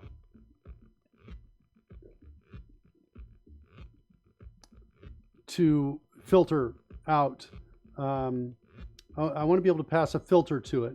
Like, for example, what the challenge rating is, like 1/4 or less, something like that.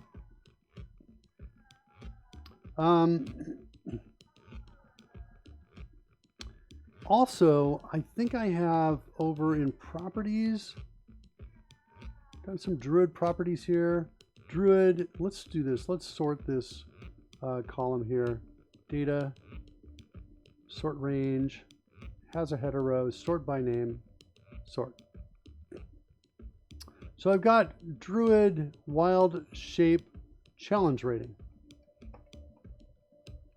That it goes to the Druid table and based on the level figures out what the max challenge rating is. So I want to send that off over to select monster. So I want to set that challenge rating over to it there.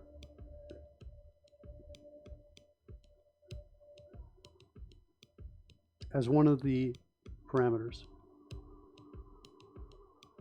Let's just start that. And I think additionally I want to do like the monster type. Like, for example, I want to be able to say like fiends, like that. That's what I want. Okay, so we're going to do this. Now I need to create this select monster method. To do that, I will close this down and come back over here to the app. We need to create a new function in here for selecting the monster. I already have a select target function, which I think I'm going to base this on a little bit here. Oh, target event args. Let's do a new type to file.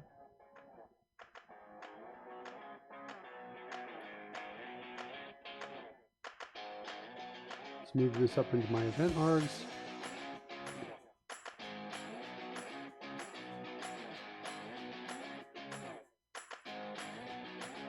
Okay.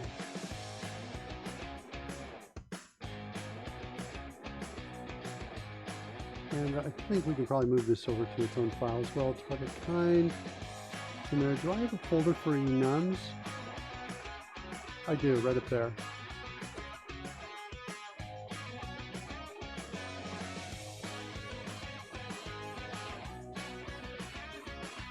Okay.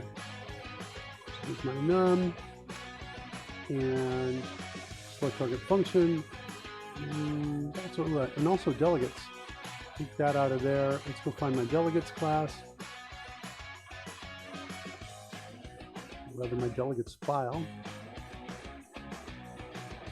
Okay, just some organization going on there. All right, so here's my select target function.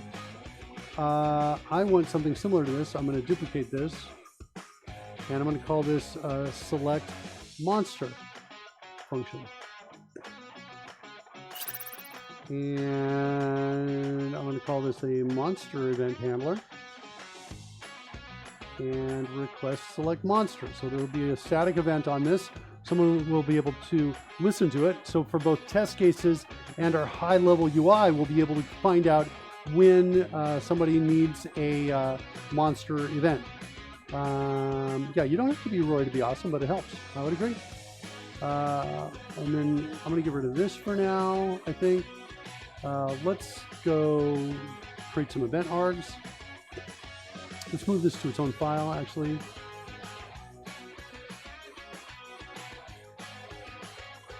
And so CA to create new event args right here.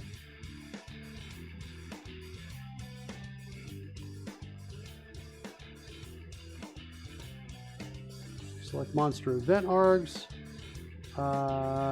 We need to have a property of type monster.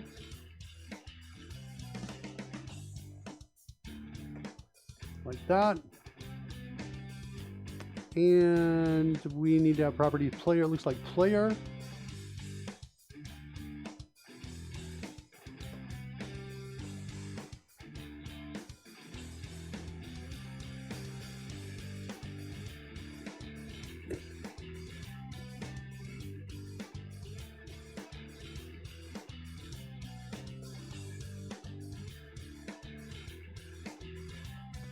Okay.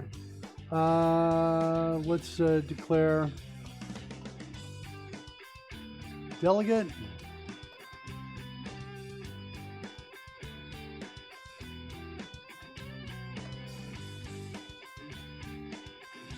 Let's go put the delegate up there where it belongs.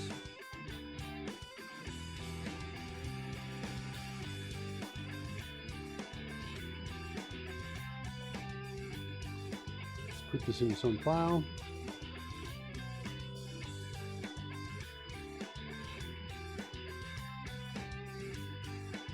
Drag that up.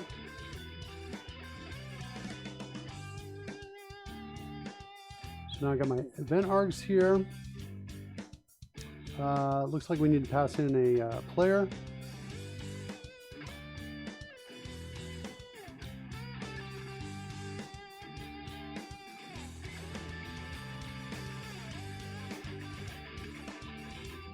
So property with initializer, so we at least know who the player is. I think we also need to know minimum challenge rating. No, max challenge rating.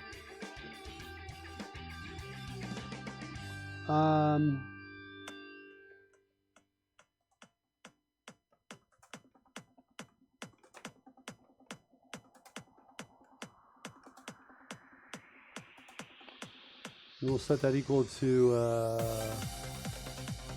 oops.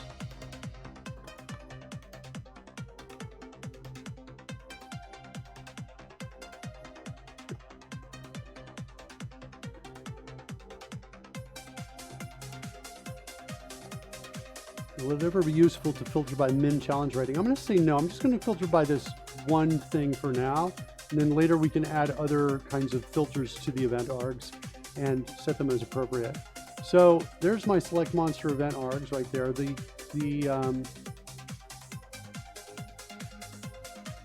I almost want to say, let's make these private, like here.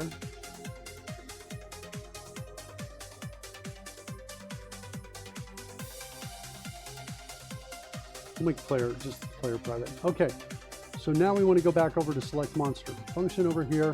Instead of returning null, I actually want to return what the monster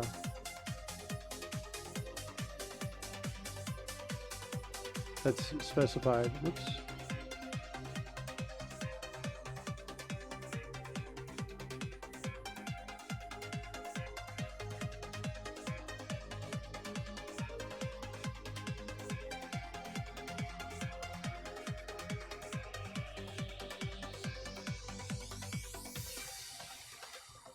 Okay.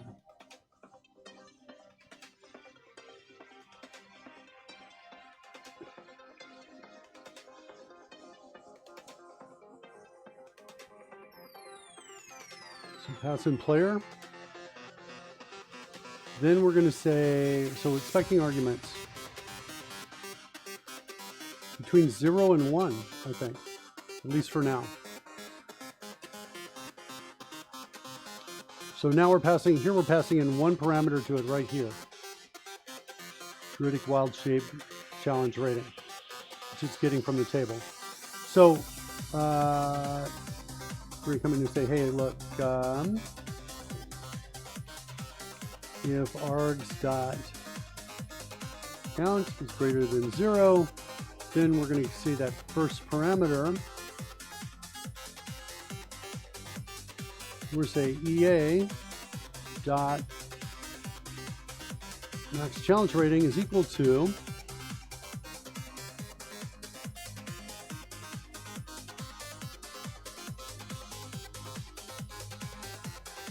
get double. And we'll pass in args of 1, of 0, sorry, like that. We'll also pass in player, target, and spell, like that. So we can just make sure if there's any evaluations needed, we'll get that.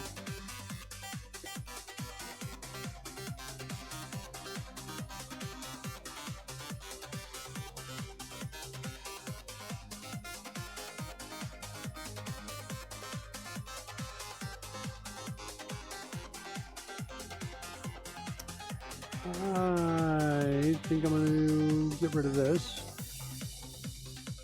Just pass in null here. Okay. And then I'm going to return ea.monster. That's what I'm going to do.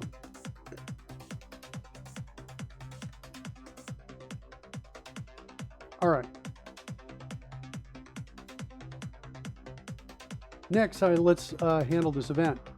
So the cool thing about this architecture, by the way, is if I've got something that descends from D&D function, when we start up, we go through, find all the types, look for anything that descends from D&D function, and automatically register it as a function for the expressions engine.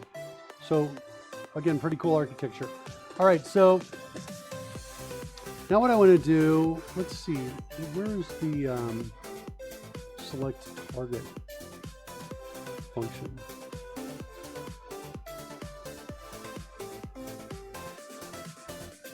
Well, that's then arg, sorry. I'm going to come down here.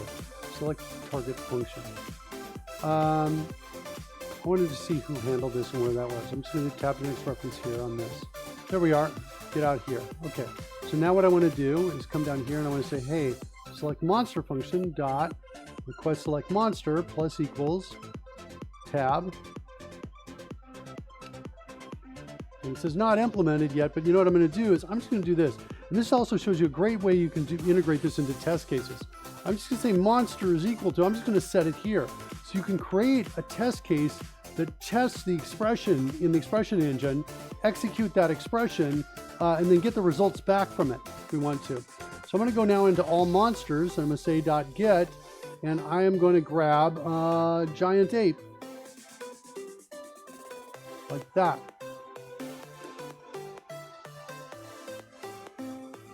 Give me 1 second, because there's a message I have to respond to here earlier.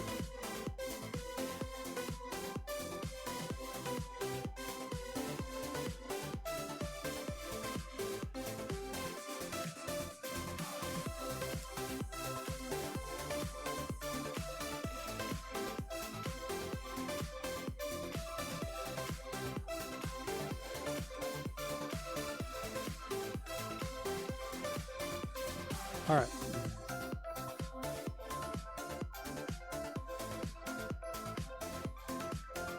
So we're going to replace this with some UI in a minute, but let's try running that.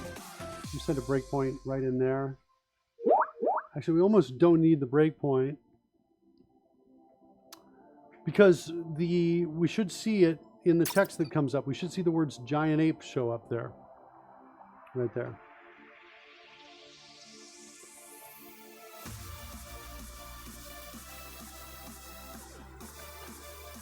I agree, Pudding. Cornelia. All right. Initialize player data.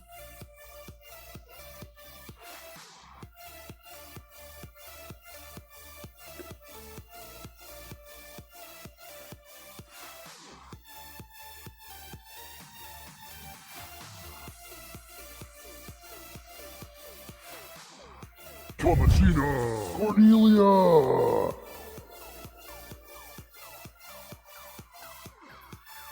right. Take wild shape.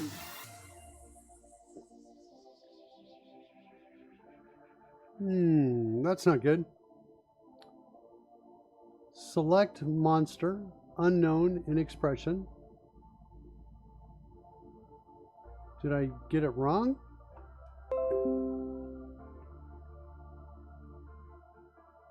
I think it's got the word, no, the problem is down here.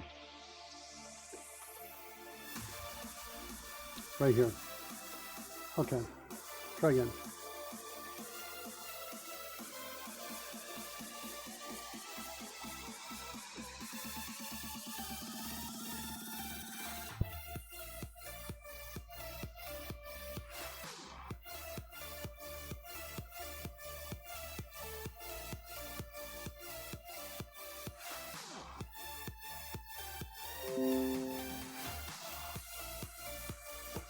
Wigglespit.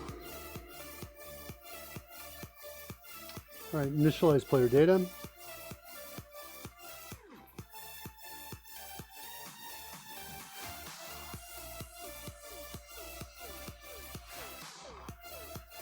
Thomasina Cutterblock. Cornelia. And now I'm going to click on take wild shape. And what do we got? Better? All right, cool. So now the event handler has been triggered. And we're just going to assign that to it and respond back. Uh-oh. What's happening here? Set skill check bonus. What's my call stack? Let me close the...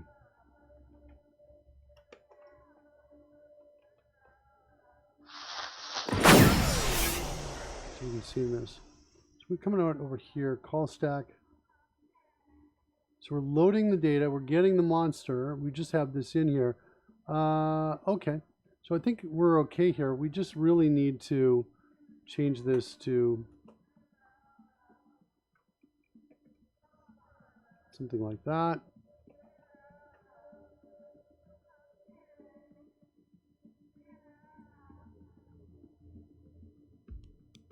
Return it. Let's see, we might get in here again because, yeah, edit and continue isn't catching this piece right here. Since edit and continue is not catching these changes, I think I'm gonna, and I've got so much data that's likely to trigger this, I'm just gonna stop it and restart it.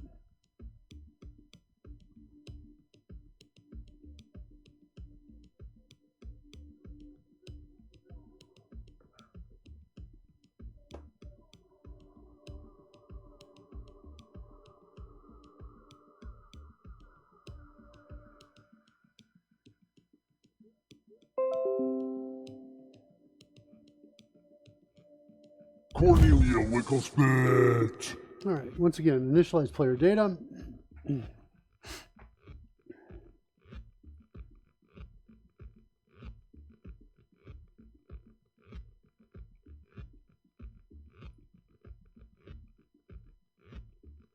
Thomasina. Cornelia. All right, hide the scroll. Take wild shape. Breakpoint number 1. Run. What's happening here? Sleight of hand. Hearts. Sleight of hand.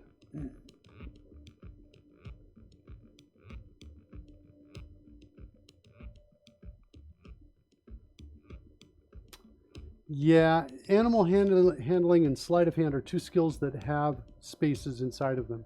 So this code is not going to work for those. Set skill check bonus. Trying to think of the best way to fix it. I think the best way is to look for the last space is what I think. So I think we're going to come in here and say so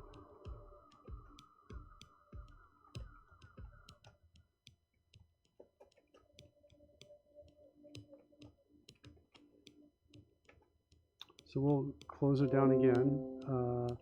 Last space position is equal to dot index of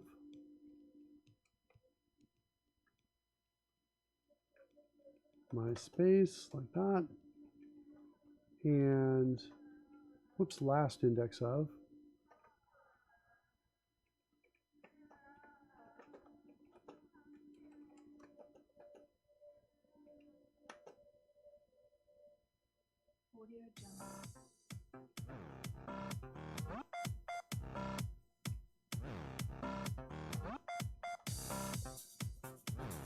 Audio Jungle.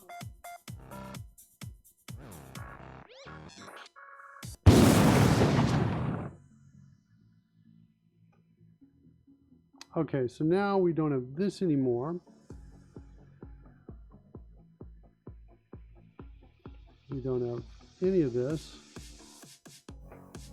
If skill name is equal to skill stir dot substring 0 comma last space position, and the value or the offset, the bonus is equal to skill string dot substring starting at last space position. I think. Trim that, and we'll trim this. These might be unnecessary, but they also don't hurt. So then we're going to come down here and say, hey, if we can't parse the bonus into the value, whoops.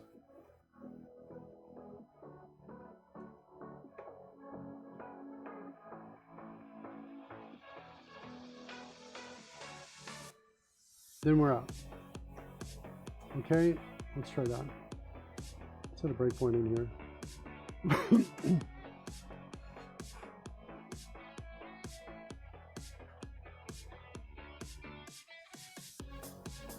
So I want to set a breakpoint here, and I want to put a condition on it.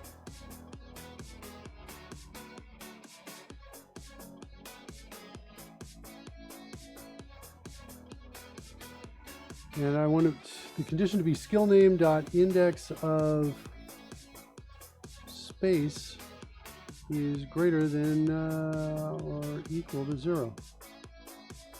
So I only want to stop if there are spaces in it, because I want to basically confirm that for sleight of hand or animal handling it works.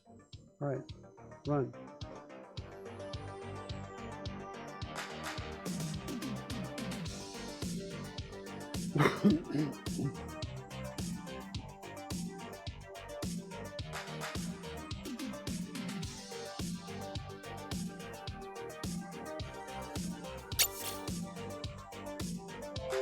Pudding has decided to go back to his Twitch bot project. Cornelia. Oh yeah?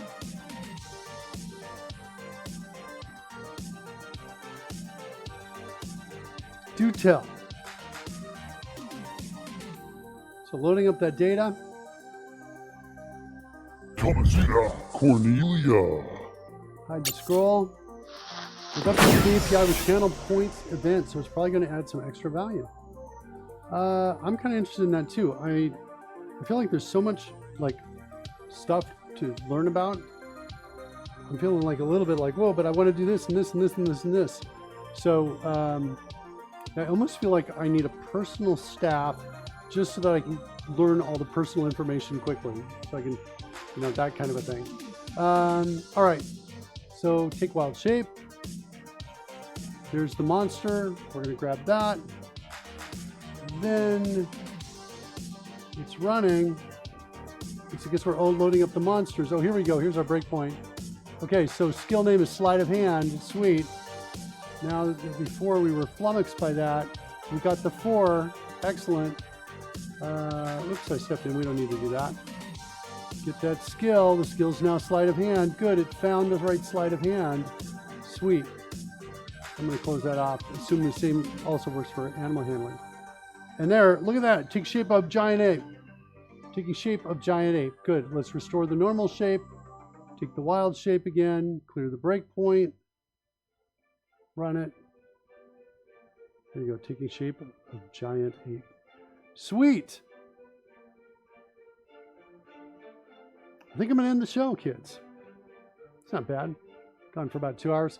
I'm going to end the show. I think we'll think about doing that UI for the monster picker tomorrow. Do some WPF UI work, I think. There's a shot of what we'll do. Let's go see who else from the live coders team is out streaming. Shall we? Yeah, channel points. Gonna have to learn about it. I almost want to say I think it's likely I'm going to learn about that in the next 2 months. I think we'll do a show on that where I figure that out and we'll integrate it. We'll do something with channel points too. I think there's a shot. Copperbeardy's on. Well, then we're taking you over to Copperbeardy. Because we've never rated Copperbeardy, kids.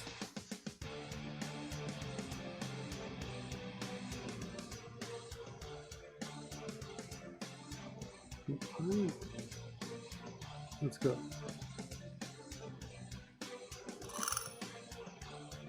There's always a first time. Got a lot of people out here streaming right now, kids. Guess who is not following Copperbeardy? At least not for a few minutes longer. Let's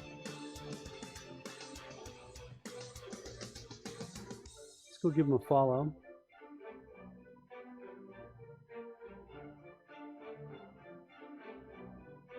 It's got a tiny micro display and everything. I got it from Twilio, the people who I am the... Alright, click the follow button. There we go, I'm following now. That is resolved. Now let's go to the raid. Not showing up, come on. I'm gonna have to do this manually. I think it's, what is it, /raid? Copperbeardy. Yep, that's it.